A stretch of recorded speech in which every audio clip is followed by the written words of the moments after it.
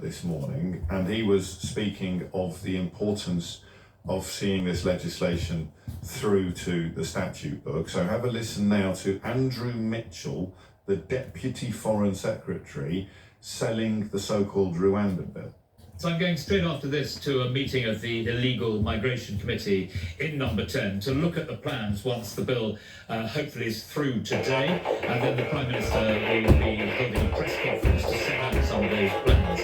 But it is time that the Lords accept the will of the elected House of Commons. They've made their points. The House of Commons has reiterated that we want the bill to go through in its current state. It's got virtually unanimous support within the Tory party and actually within the country. People want to see the issue of these illegal crossings tackled, and the bill will do that. It's part of a tapestry of things that will ensure that that happens. We all support the idea that anyone who served in the British Army, served Britain in Afghanistan in the way that is described, should be given safe haven in the United Kingdom. And that is why we set up the Arab scheme. And it is the Arab scheme which makes this amendment unnecessary, because already under that scheme, 16,100 Afghans have had safe passage into the UK and have settled here. So we don't think that is necessary, and that's why we resisted it.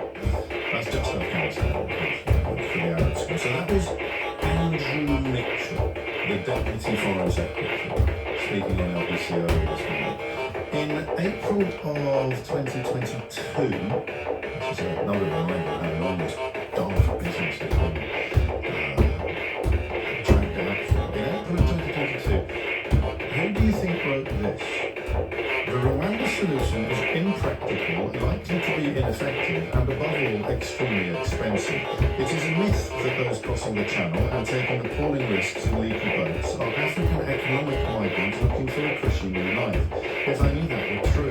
The new plan to cart them off to Central Africa makes no distinction between those fleeing persecution and economic migrants seeking to come here when they are not welcome. Who do you think wrote that in 2022?